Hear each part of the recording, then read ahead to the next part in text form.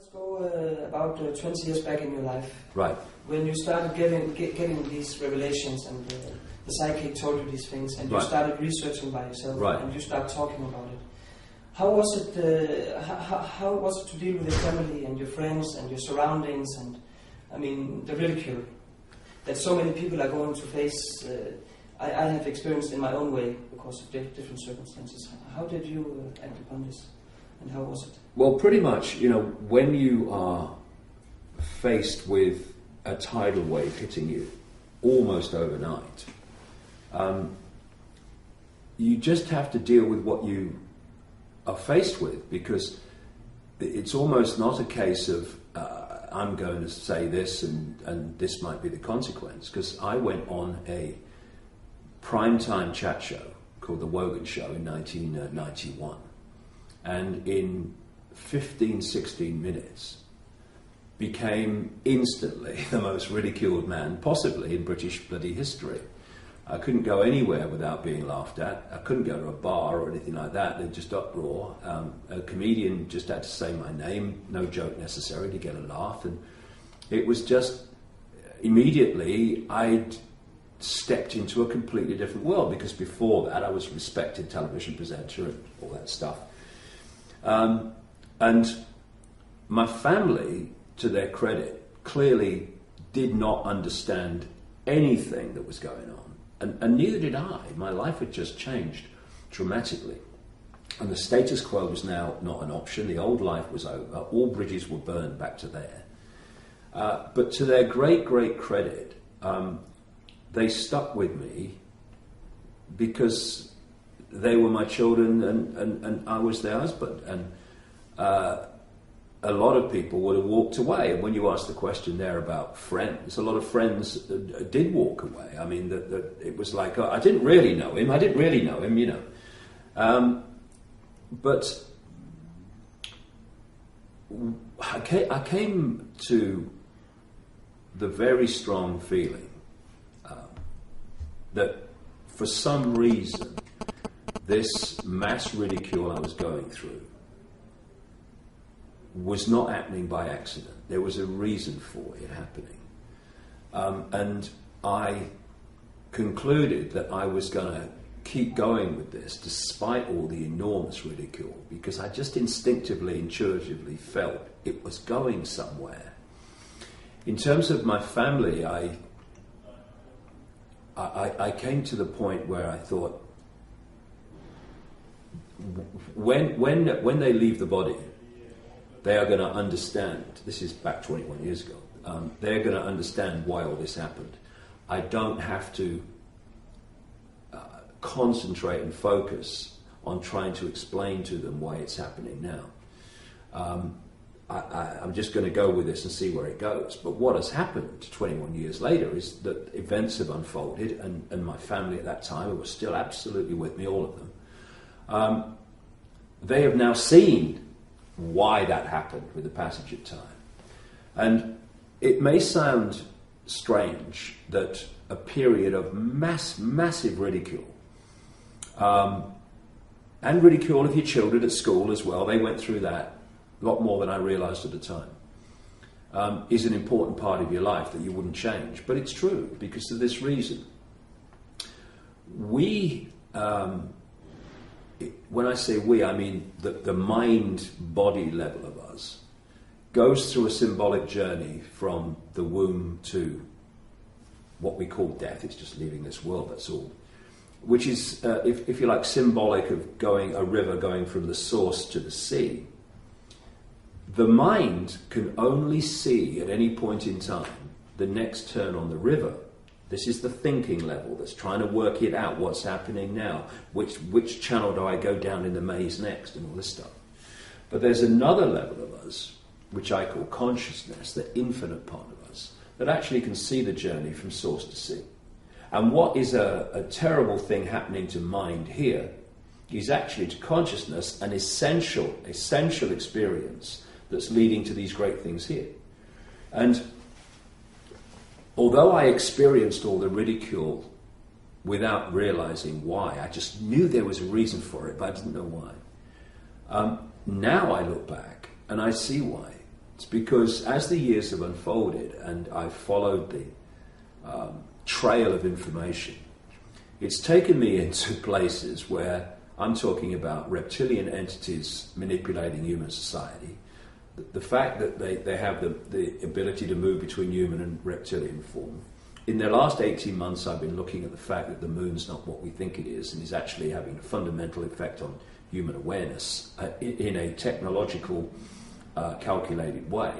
That without being cleared out here of the prison that most people live in, which is the fear of what other people think, by that mass ridicule. Because when I went through it, either I was going to disappear from society and just hide, or I was going to come out and say, laugh, this is me. If you don't like it, do the other thing, but this is me. And that's what I did. And so, having been through the most intense, extreme levels of ridicule over many years in the 90s, what would to most people be, I'm going to talk about reptilian entities, what will people think of me? Oh, I'm not saying the moon's not real, what people think of. To me, not a problem. My criteria for what I communicate is, do I think it's true? That's it. Do I have have I passed that line where I know this is true? Or at least the theme of it's true. Yes, okay, so it goes out there. There's no, oh, but what will people think of me? Because of that, I don't care. And it means that there is no censorship, no editing of what information I put together on the basis of whether I think people will see me in a certain light. I don't care. They have every right to see me as they want.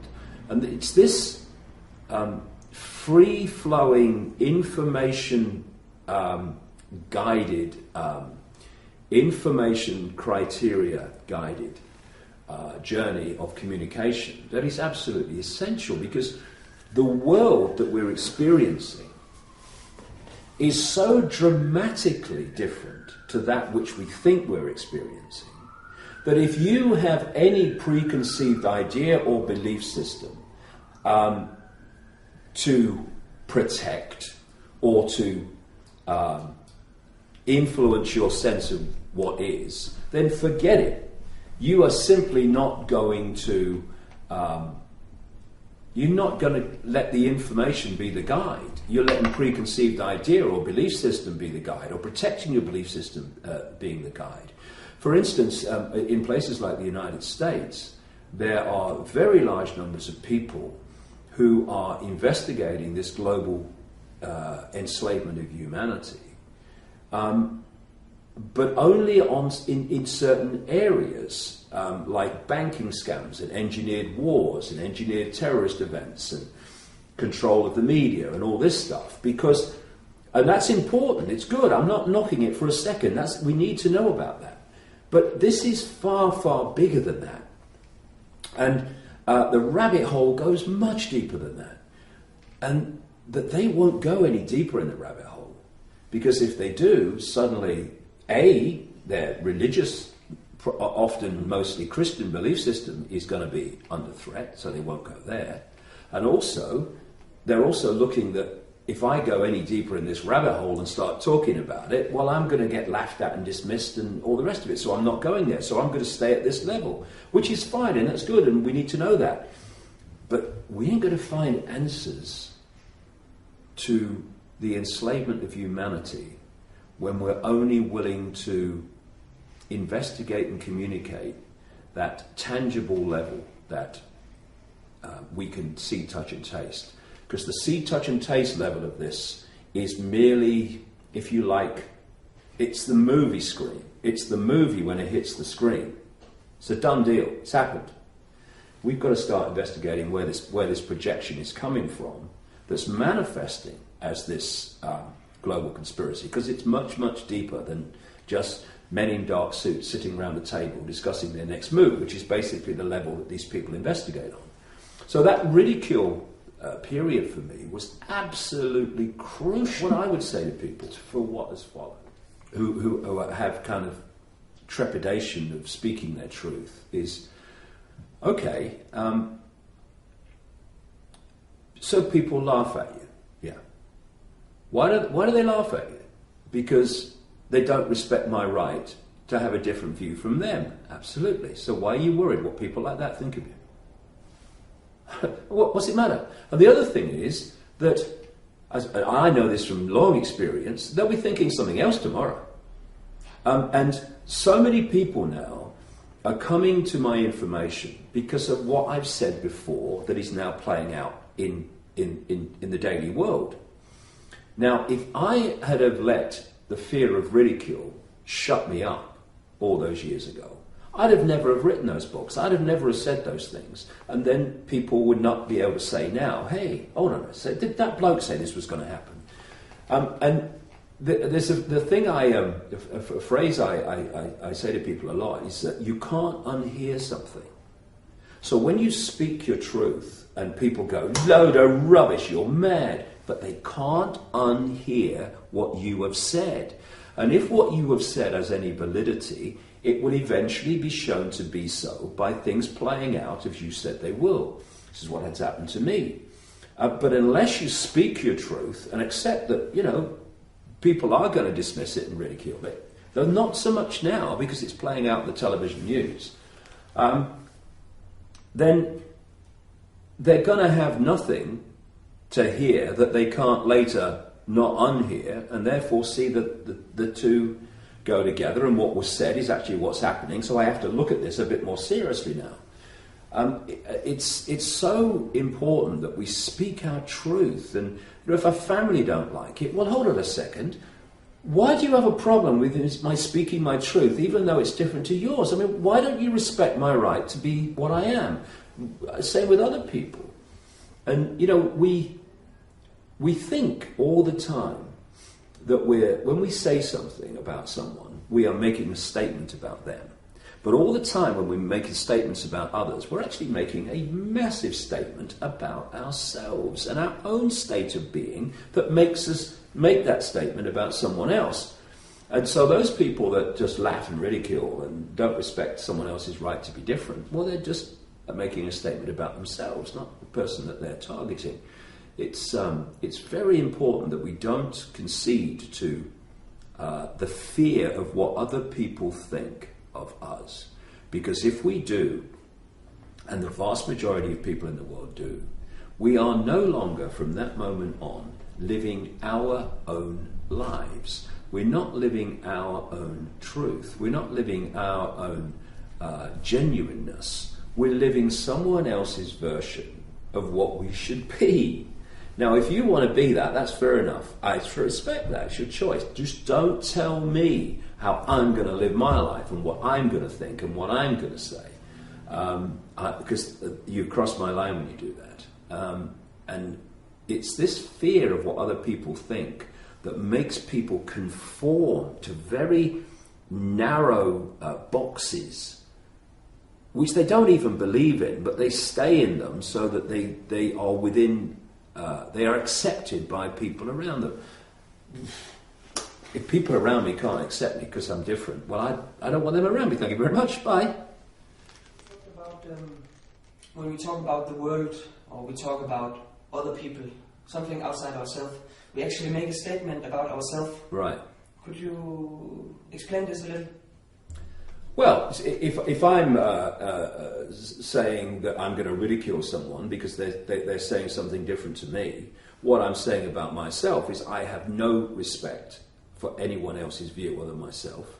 I feel that, therefore, for me to dismiss this person without any research whatsoever, 99.999% of the time, I'm saying that I know what is right and what is not right about the world, and you don't.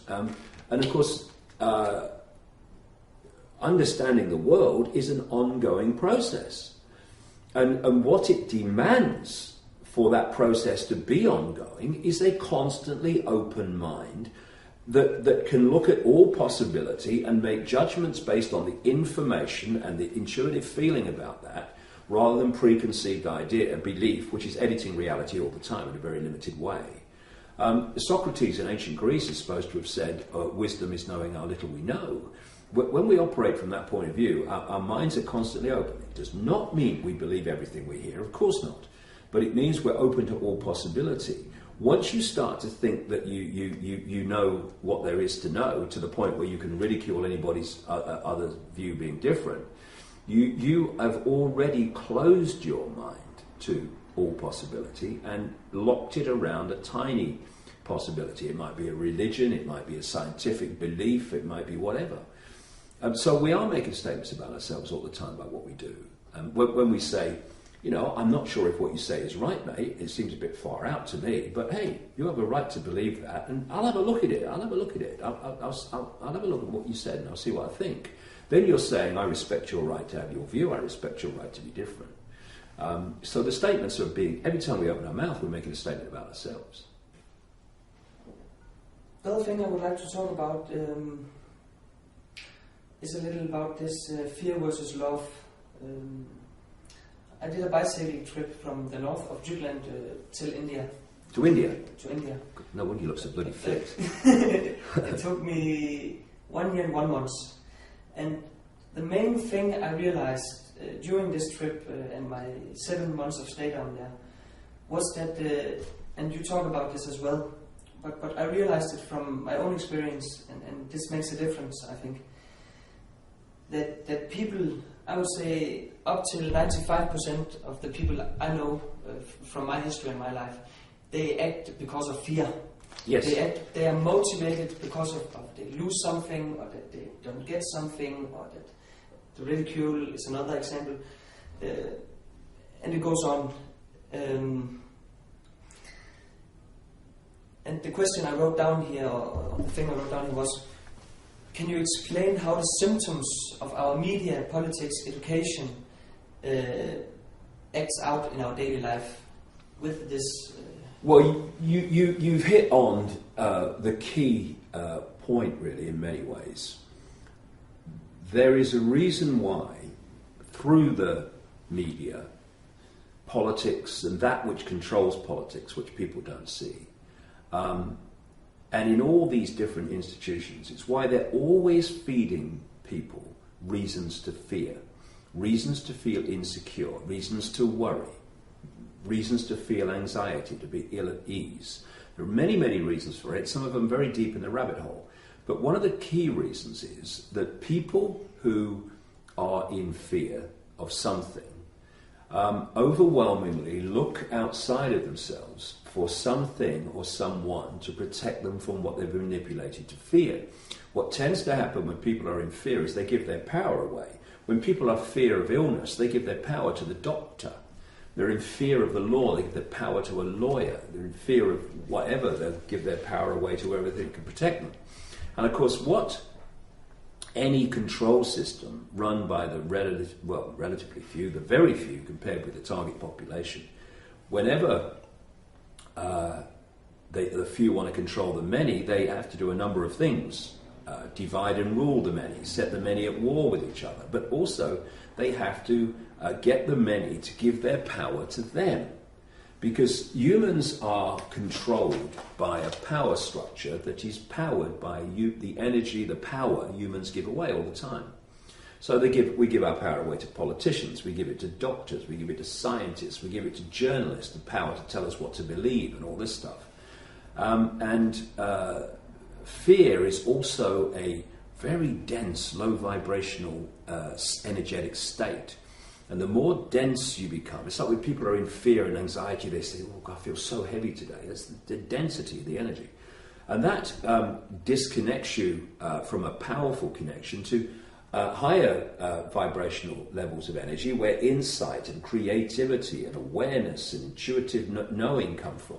Puts you in a bubble of dense energy. So when you're a control system and you want to control people individually and collectively, then keeping them in fear, energetically and in terms of giving their power away to people, the authorities, is absolutely essential. So, for instance, when you get people in fear of terrorism, then you give your power away to the authorities to take your basic freedoms away, to protect your freedoms from being taken away. They take your freedoms away. You give your power away to have more and more surveillance, more and more control of your life, more and more of the fine detail of your life being dictated by the state. You give your power away to support wars you say are necessary to fight terrorism, which are actually being carried out by the people fighting the wars. And it becomes a cycle of fear, give your power away. Fear, give your power away. And in the end, the person is given so much power away, they're just a robot, just a computer terminal on the state's internet, if you like. But when you... and another thing is that, I emphasize the difference between consciousness and mind. That they're all the same consciousness, but they're not in the same state of awareness. I symbolize consciousness, that infinite part of us, as a flowing ocean, and I symbolize mind as like frozen water. They're both water, symbolically, but they're in different states. One's much denser and less aware and less intuitive, less wise than the other. And when you are in a state of ocean consciousness, infinite awareness, you don't deal in states of fear, because you know there's nothing to fear. You know you're infinite awareness, and you'll always be infinite awareness, and that's as bad as it gets. But when you get pulled into the mind level, mind-body, like the interface level between consciousness and this reality, then it starts to see things not as wholes, but as things that are apart from everything else.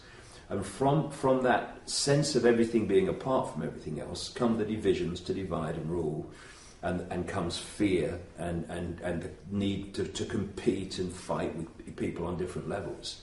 And so to keep people in fear as well as ignorance, the system has to pull people's focus of attention out of consciousness into mind. And what we're living in is a mind-dominated society that basically filters reality almost entirely, certainly consciously, through the five senses, which are a very, very low level of awareness. And in focusing attention on the five sense level of reality alone, you disconnect an awareness and an influence of higher levels of consciousness. And when you expand your mind, when you open your mind, when you break open that block of ice, and it starts to flow and let consciousness in, then you go to levels of awareness where fear no longer dominates, no longer impacts itself. So you stop giving your power away. You stop. I know this is the right thing to do, but I can't do it because look what might happen. Fear. It's like when you enter those levels we call love. People think love is weak. Like, oh, he'll be doing the washing up next. He's talking about love now. What's he doing? But what love is actually the ultimate power. Because love will always do what it knows to be right, irrespective of the consequences. What do you mean, consequences? Do you mean I'm going to think about not doing what I know to be right because of consequences? No, you do what you know to be right. And this is when you enter these realms where you feel to do something, you feel to say something, you feel to make a difference in some way, and you just do it, and without fear of the consequences. So now the power that fear has to get you to concede your sense of reality and what you do to the state, to the system control. You no longer do that anymore. Love ain't interested in what the system's going to do. It's only interested in what it's right to do. And so this is why love, in its true sense, not, I love you, darling, saw you down the disco and all that stuff. Real love that says, I do what I know to be right. End of story. There is no other discussion. That's the level that is going to transform this world. Mind is not going to transform it, where people are sitting round tables saying, well, who's taking the minutes? Okay, so what are we going to decide? The mind is never going to bring an end to something that is mind-made. Consciousness is going to do that. And when you move into the realms of consciousness and out of mind, that's when you move out of the realms of fear and division and fault lines engineered to divide and rule us, and into both the true sense of love and also the understanding that actually what appears to mind to be loads of things apart from everything else, from this level, everything's one. Everything's just the same consciousness having a different experience called a different name. If this vibrating or acting on or with or for love, it brings out creativity and it brings out new ideas, it brings out some might say evolution. Why did my teacher never talk about this in school? Why did my parents never talk about these things? Why is it not something that is a part of my educational life? I mean, I'm 24 now, and I went to school for almost 16, 18 years. I mean, whole life almost. Well, that's a very interesting question, because that's the question I asked 21 years ago. When I had my own amazing experiences, and I realized clearly that there was a whole new explanation for reality that wasn't the religious story and in all their forms, and certainly wasn't the mainstream scientific story. An explanation that made sense of the world that these two don't make sense of at all. I asked that question: why the heck haven't I come across this before? And as I've obviously gone through the years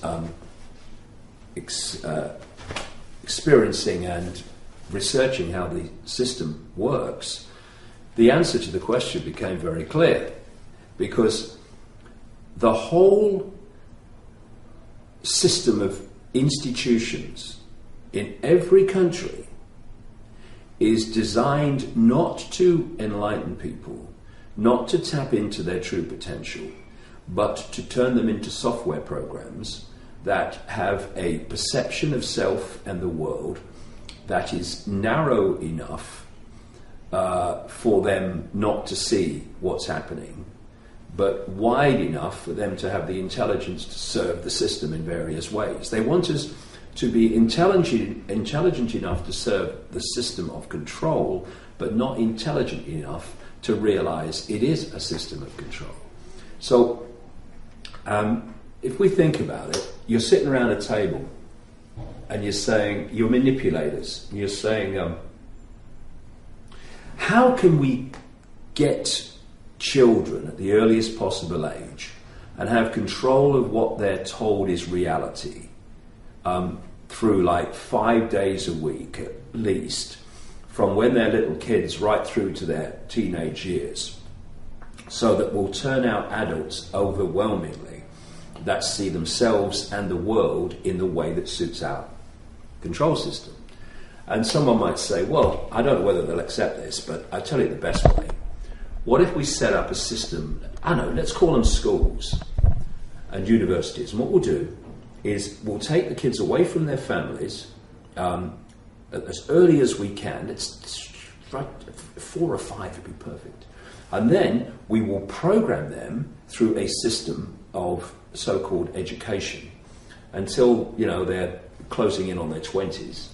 And we will then, not in all cases, but in a vast majority of cases, we will get the software program at the end of that process that we set out to get. And then you ask the question about parents. Well, parents, of course, have been through the same system I've just described. So therefore, through no malevolence, they think they're telling their children what is right and wrong and how things are. Where I strongly would challenge these people, people called parents, is where they believe that because they have, say, a religious belief system or any kind of belief system, by definition they have the right to impose that upon their children, often with great pressure, because that is an arrogance beyond belief. You know, you brought this expression of infinite awareness into an experience in this reality. Okay, thank you very much, but it's his experience, it's her experience, it's not yours. Oh, your mother wants you to work in a bank. Well, let me mother go and work in a bloody bank. And I'm not working in a bank. I'm going on a bike ride to India. Oh, where you go? Okay, I'm not asking you to go a bike ride to India, but just don't tell me to go and work in a bank. And this is where we have to, from the various earliest ages, is stand our ground, stand our uniqueness, and say, this is my uniqueness. I'm not asking it to be yours, but don't tell me that I'm going to live my life according to your blueprint. I'm not. Again, you know, you find this peer pressure in schools. At the earliest ages, it's like a genetic software program reaction, where even little children will target the one who's different, and I've experienced it, and it's almost like it's in the genetics, it's in the software, but consciousness can overwhelm it. And what we are seeing now, there's no doubt about it. As I travel now, I've been to 55 countries so far. There is a dramatic awakening of people to another version of self. Not the whole massive expansion, but it's teasing out in ways that 21 years ago, when I started on this journey, you wouldn't believe would ever have happened. Because I talk to a lot of people now, or I talk around the world. I couldn't fill a phone booth for a long time with this information. So there is an awakening going on. There's no doubt about it. But it's so important that no matter how young we are, or whatever our age is, or whatever, that we stand our ground. And by that I mean we stand our truth. And the more people that do that, the more we'll realise how many actually are very sympathetic to this perception of reality, but have never dared say so before because they fear what other people think. I'll tell you a quick story. In the early days, when I wrote a book called Truth Vibrations, the first one I ever wrote about anything after I started to wake up, and no one really wanted to know bookshops and stuff, because this was written by this man who's now been ridiculed. But I went to a bookshop in Oxford where the manager was very sympathetic. And he said to me, I've just done a kind of a straw poll, going around the staff.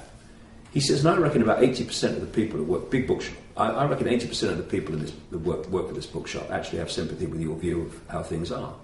He said, but none of them knew that 80% of them thought the same, because they were frightened of saying that this is what they believed in, because they feared the reaction of others. And as a result of that, this was locked into them. And if only some people had spoken their truth, then somebody, actually I agree with that. I thank God someone else is saying it. This is why it's so important. We do not concede to fear of what other people think. We do not concede to fear of what they will say about us or whatever. It doesn't matter, because they'll think something else tomorrow. People who now, to their credit, accept that years ago they ridiculed me and laughed at me, they're now reading my books. Because if I'd have conceded to fear, I wouldn't have written the books, they wouldn't be reading them now. This is why, what is our truth, okay? Speak it, live it. And that's how we change things, not by keeping our heads down, because that doesn't change anything.